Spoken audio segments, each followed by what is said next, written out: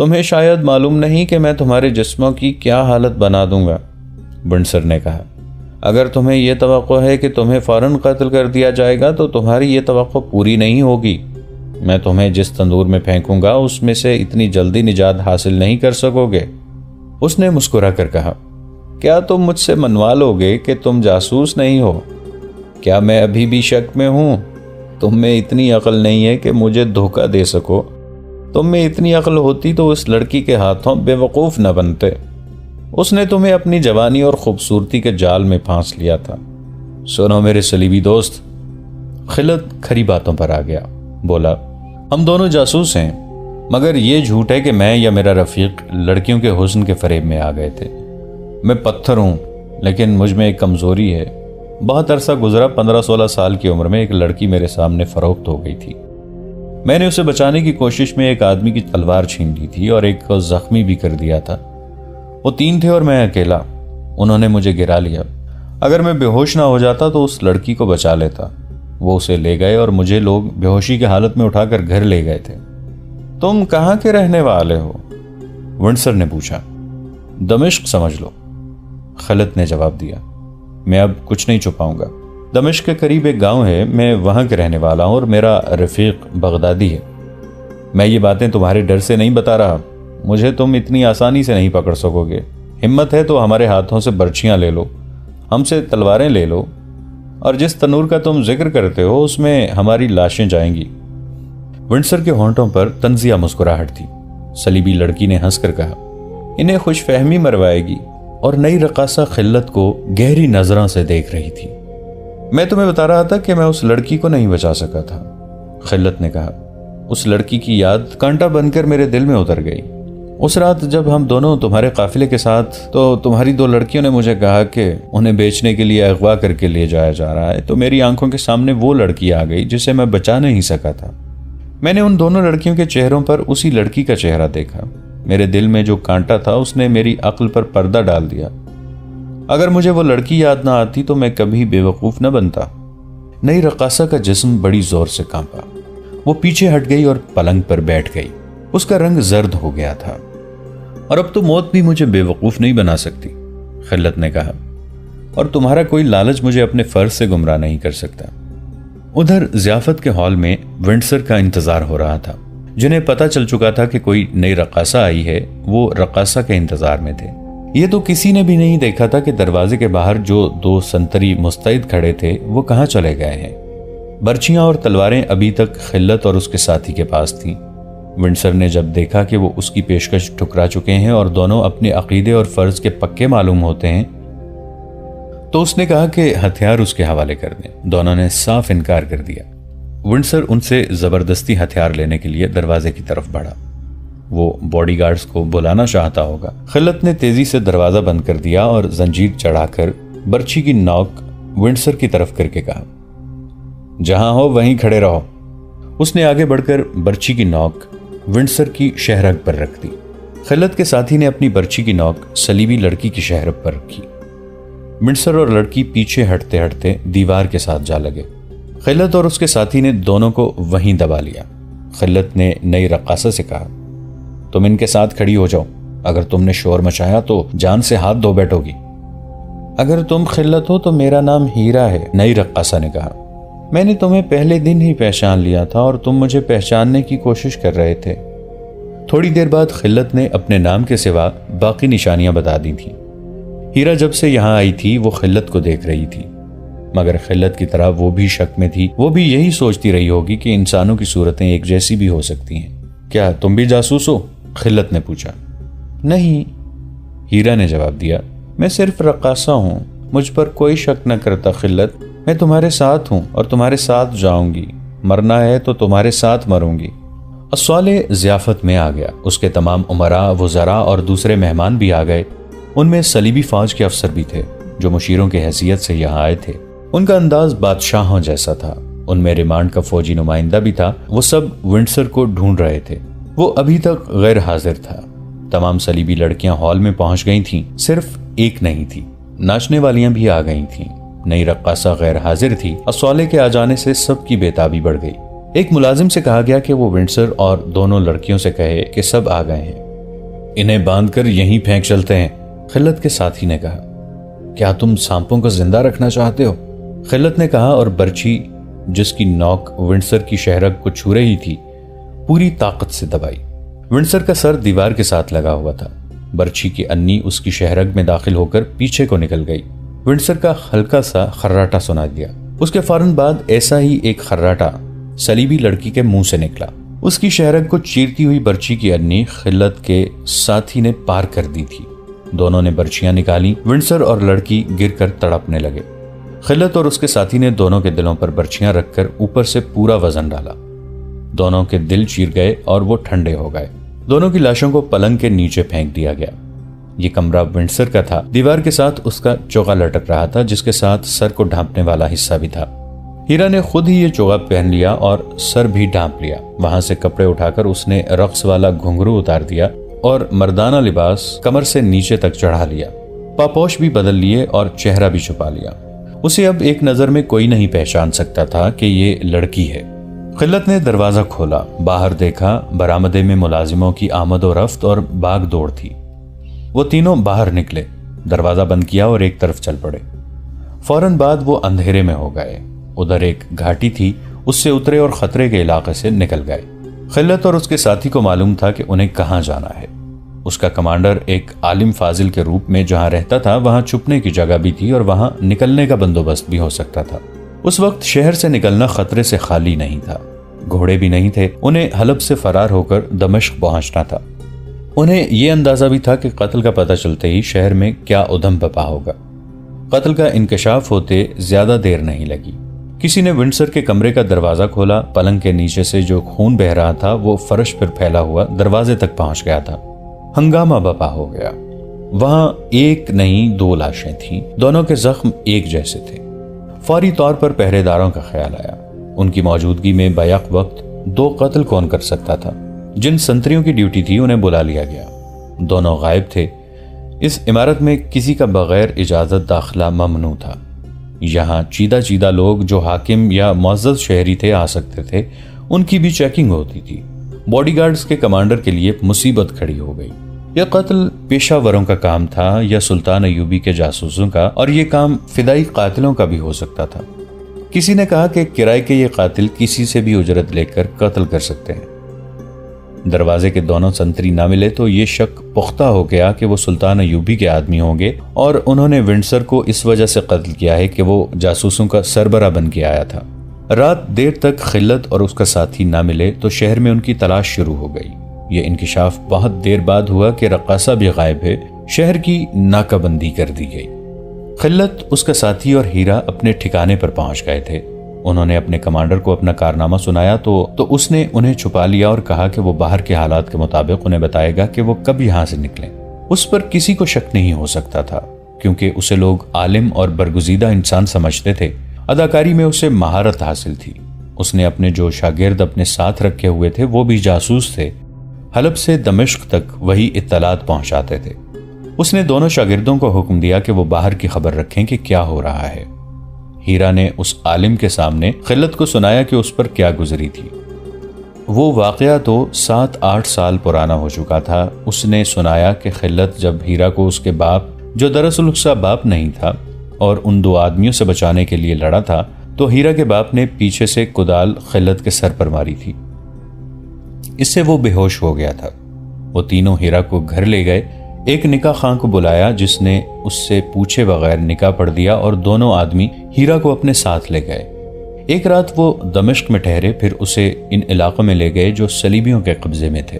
اسے ناچ کی تربیت دی جانے لگی۔ ابتداً اس نے مزاحمت کی مگر اس پر اس قدر تشدد کیا گیا کہ وہ بے ہوش ہو جایا کرتی تھی۔ اس دوران اسے خوراک نہایت اچھی دی جاتی تھی۔ اسے کوئی بڑا لذیذ شربت پلایا جاتا تھا جس کے اثر سے وہ ہنسنے اور ناچنے لگتی تھی۔ تشدد اور نشے سے اسے رقاصہ بنا لیا گیا۔ بہت اونچے درجے کے لوگ اسے داد دینے لگے۔ وہ ایسے قیمتی تحفے لاتے تھے کہ وہ دنگ رہ جاتی تھی۔ اسے یروشلم بھی لے جایا گیا تھا جہاں 2 آدمیوں نے اس کے مالکوں سے کہا تھا کہ وہ منہ مانگی قیمت لے لیں اور یہ لڑکی انہیں دے دیں۔ انہوں نے صاف بتا دیا تھا کہ وہ اسے جاسوسی وغیرہ کے لیے استعمال کرنا چاہتے ہیں۔ اس کے مالکوں نے سودا قبول نہیں کیا تھا۔ اسے اغوا کرنے کی کوشش بھی کی گئی تھی جو ناکام بنا دی گئی تھی۔ اب اسے حلب میں کسی اور امیر کی فرمائش پر بلایا گیا تھا۔ اس نے بتایا کہ پہلے دن اس نے خلت کو دیکھ لیا تو اس نے بلا شک و شبہ دل سے کہا تھا کہ یہ خلت ہے، لیکن یہ شک بھی ہوتا تھا کہ ہو سکتا ہے کہ خلت کی شکل و صورت کا کوئی اور آدمی ہو۔ وہ اسے غور سے دیکھتی تھی۔ آخر یہ اتفاق ہوا کہ ونڈسر نے خلت اور اس کے ساتھی کو پہچان لیا۔ ونڈسر نے اپنی لڑکی کو بلوایا تو ہیرا بھی اس کے ساتھ چلی آئی۔ خلت نے جب اپنے متعلق چند ایک باتیں بتائیں تو ہیرا کے شکوک رفع ہو گئے۔ اس نے کہا، میں اس ذلیل زندگی کی عادی ہو گئی تھی، میرے دل میں جذبات مر گئے تھے، میں ایک پتھر کی طرح ادھر ادھر لڑکتی پھر رہی تھی، لیکن خلت کو دیکھا تو میرے تمام جذبات پھر سے زندہ ہو گئے۔ مجھے یقین نہیں تھا کہ یہ خلت ہی ہے، مگر اس کی صورت نے مجھے وہ وقت یاد دلا دیا جب میرے دل میں اس کی محبت تھی اور اس کے بچوں کی ماں بننے کی خواہش۔ میں نے فیصلہ کر لیا تھا کہ کسی وقت اس سے پوچھوں گی کہ تم خلت ہو۔ اگر یہ خلت نکلا تو اسے کہوں گی کہ آؤ بھاگ چلیں اور صحرا کے خانہ بدوشوں کی طرح زندگی بسر کریں۔ اسے خلت تو مل گیا اور وہ اس کے ساتھ بھاگ بھی آئی، لیکن حلب سے بچ کر نکلنا ایک مسئلہ تھا۔ خلیفہ کی ضیافت اور رقص کی محفل ویران ہو چکی تھی۔ وہاں ونڈسر کا انتظار ہو رہا تھا، مگر ونڈسر کی لاش پہنچی۔ وہاں صلیبی فوج کے جو اعلیٰ افسر تھے وہ سخت غصے میں تھے۔ ریمانڈ کا فوجی نمائندہ تو سب سے زیادہ بھڑکا ہوا تھا۔ ونڈسر بہت قیمتی افسر تھا۔ فوجی نمائندہ ملک الصالح اور اس کے امراء اور اس کے فوجی کمانڈروں پر ٹوٹ ٹوٹ پڑتا تھا اور سب اس سے دبک رہے تھے۔ ان کے دلوں میں صلاح الدین ایوبی کی دشمنی اتنی زیادہ تھی کہ وہ صلیبی افسروں کو فرشتے سمجھے بیٹھے تھے۔ انہی کی مدد سے وہ جنگ کی تیاری کر رہے تھے، لہٰذا ان کی خوشامد کو وہ ضروری سمجھتے تھے۔ فوجی نمائندہ جو کچھ کہتا تھا سب اس کے آگے سر جھکا لیتے اور ہاں میں ہاں ملاتے تھے۔ اس نے کہا، قاتل رات ہی رات شہر سے نہیں نکل سکتے، صبح سویرے حلب کے ایک ایک گھر کی تلاشی لی جائے، یہاں کی ساری فوج کو اس پہ لگا دو، فوج لوگوں کے جاگنے سے پہلے گھروں میں داخل ہو جائے، یہاں کے باشندوں کو اتنا پریشان کیا جائے کہ وہ قاتلوں کو خود ہی ہمارے حوالے کر دیں۔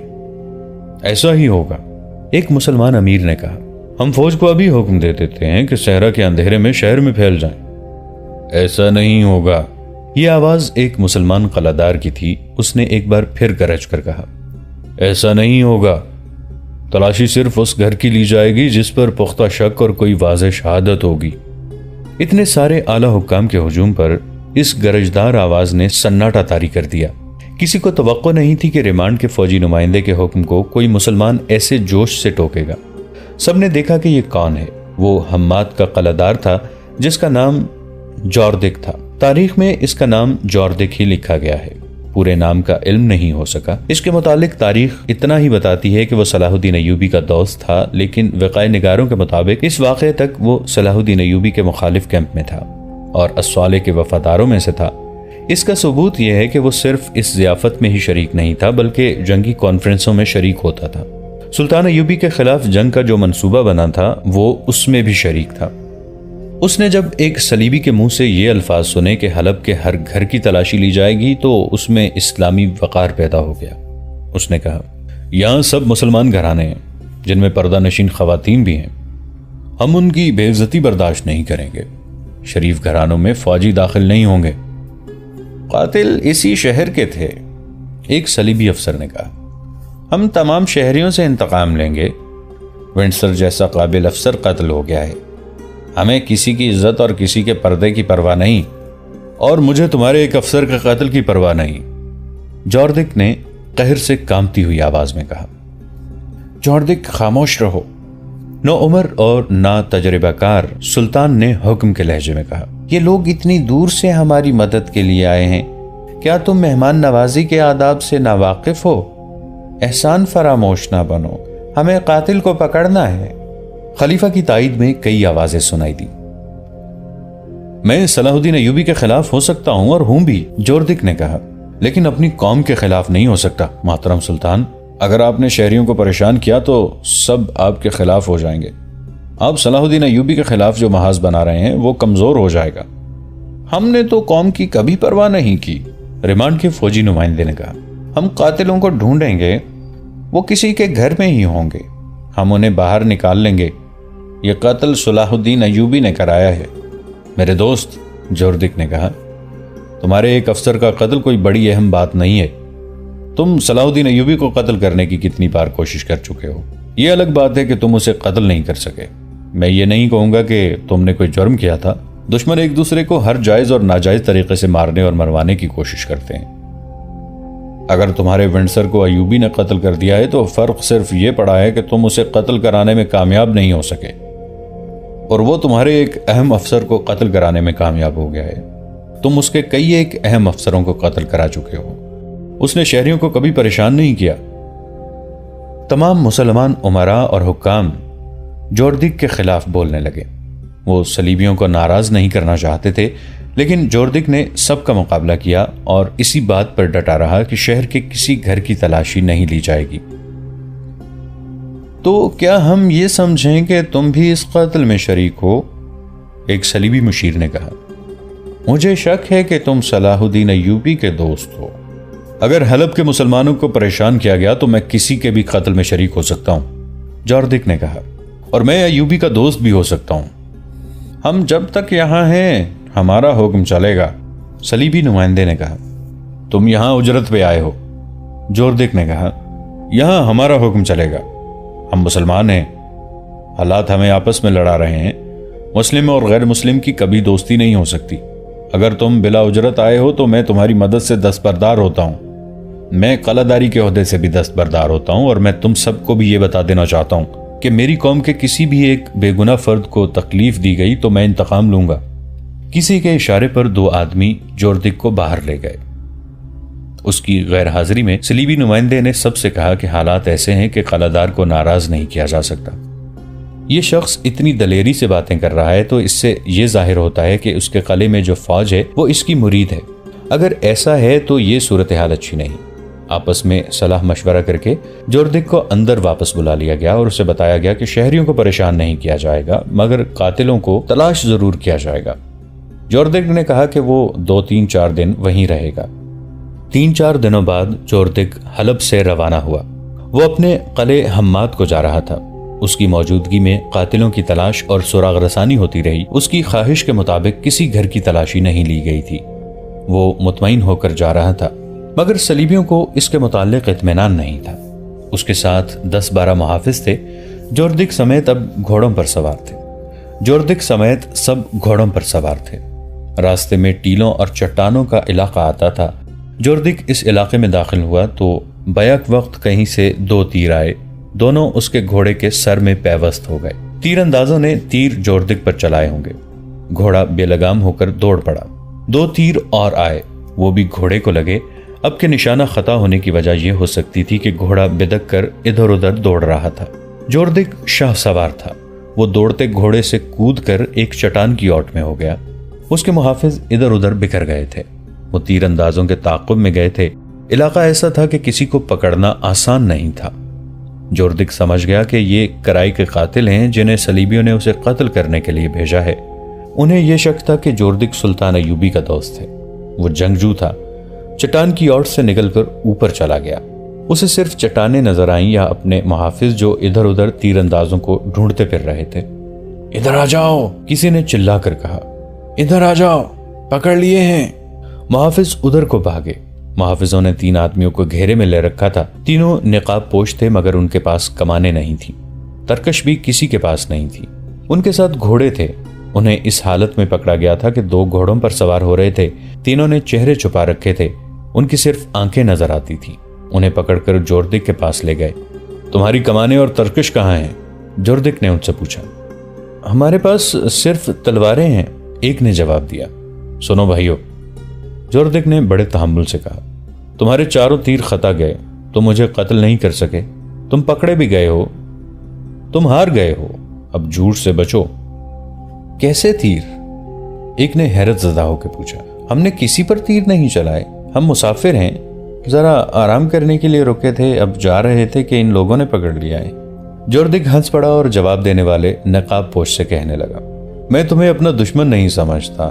اگر ایسا ہوتا تو اب تک میں تم تینوں کی گردنیں اڑا چکا ہوتا. تم کرائے کے قاتل ہو. صرف یہ بتا دو کہ میرے قتل کے لیے کس نے بھیجا ہے. صاف صاف بتا دو اور جاؤ. دوستو آج کے لیے اتنا ہی. اسی کہانی کی اگلی قسط کے ساتھ بہت جلد حاضر ہوں گے۔ نیچے کامنٹ سیکشن میں اپنی رائے کا اظہار ضرور کیجیے گا۔ ہمارے اس چینل کو سبسکرائب کر کے نیچے موجود بیل آئیکن کو بھی ضرور کلک کیجیے گا۔ اگلی ملاقات تک کے لیے ہمارا اور آپ کا اللہ نگہبان۔